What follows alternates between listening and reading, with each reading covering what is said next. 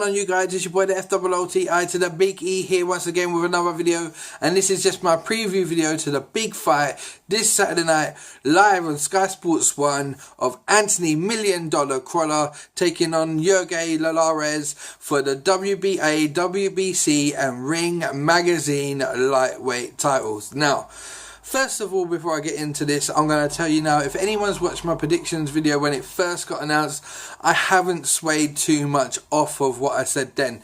I still believe this is a wonderful bit of matchmaking by Eddie Hearn. Out of the 3 big British world title fights we've had in the last 3 weeks with Kell Brook, Liam Smith and now Anthony $1 Million Crolla, I feel this one is the one that is most winnable for a British fighter. Don't take nothing away from obviously Kell Brook put in a wonderful performance, Liam Smith put in a gutsy performance against Canelo, but this one for me is the one which is the most winnable, because Jorge linares has not fought in the last 11 months. He hasn't had a fight since he fought in Venezuela back in October last year. Before that, he fought Kevin Mitchell at the O2 Arena, where I actually thought linares was starting to show signs of aging. He looked like he was starting to be a bit on the slide.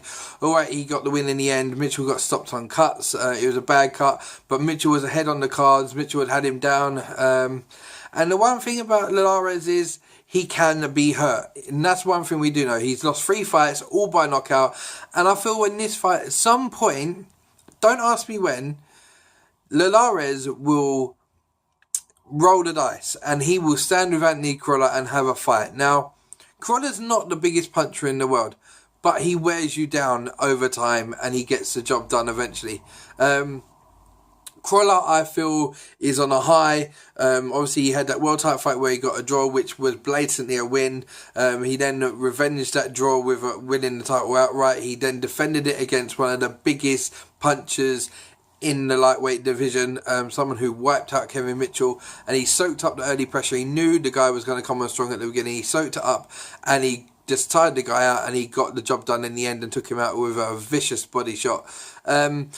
So if he wants to go toe-to-toe with Anthony Crolla, Crolla will quite happily stand there and he will go toe-to-toe with linares. You know, this is not a one-sided fight. This is 50-50 on the basis of how much has Jorge linares got left. Is he still the same slick boxer that he was a couple of years ago? Was the Mitchell fight him starting to show the signs of him declining in his career? Because age catches up with the best of fighters. You know, he's had a lot of fights. He's been around the block. So is this the right time for Anthony Crolla? Is this Eddie Hearn's best bit of matchmaking he's done in a while? Now, I personally think it is. Do I think Anthony Crolla will get the stoppage? I'm not sure. I wouldn't be surprised if he did. But then also, on the other hand, you never know. Linares could roll back the years and he could get a stoppage himself. It's going to be an explosive fight while it lasts, or even to the 12-round distance. It will be a toe-to-toe war. They won't have to go looking for each other. I think they'll both meet each other in the centre of the ring. And it just, to me, for me, it just all goes down to is how far declined is he? Was the Mitchell a sign? You know, he didn't look good in that fight. Mitchell made him look ordinary at times. Mitchell put him on his backside. You know, so it all relies on that. Crolla is flying. His confidence is through the roof. He's got the whole of Manchester behind him inside the Manchester Arena. You know, so he's got nothing really. You know, is it going to be one of them nights where, if you go back to 2005 where Ricky Hatton fought Costa and Ricky Hatton said that night he could have walked through walls and nothing was going to stop him? If Anthony Crolla is going to have one of these nights, it's tomorrow night. He needs to just go out there, walk through walls and do the bizzle and wear him down and take him out. Because sooner or later, linares will roll the dice and linares will trade with him. And it's just a matter of, does Anthony $1 Million Crolla have the power to take him out? And to be honest, Crolla's not a light puncher, you know. He can wear you down over time. So Will age finally catch up with Linares? I'm more than ready to find out if that is the case. I think it has. He did look like a shot fighter against Mitchell. Obviously, the big long time out the ring, 11 months out, will also play a part in it as well. But then again, Crolla's had quite a bit of time out the ring as well. Not as much as Linares, but you know, it's all on the line. Whoever wins tomorrow night will be the #1 man in the lightweight division. And it could open such a massive door for Crolla if he wins.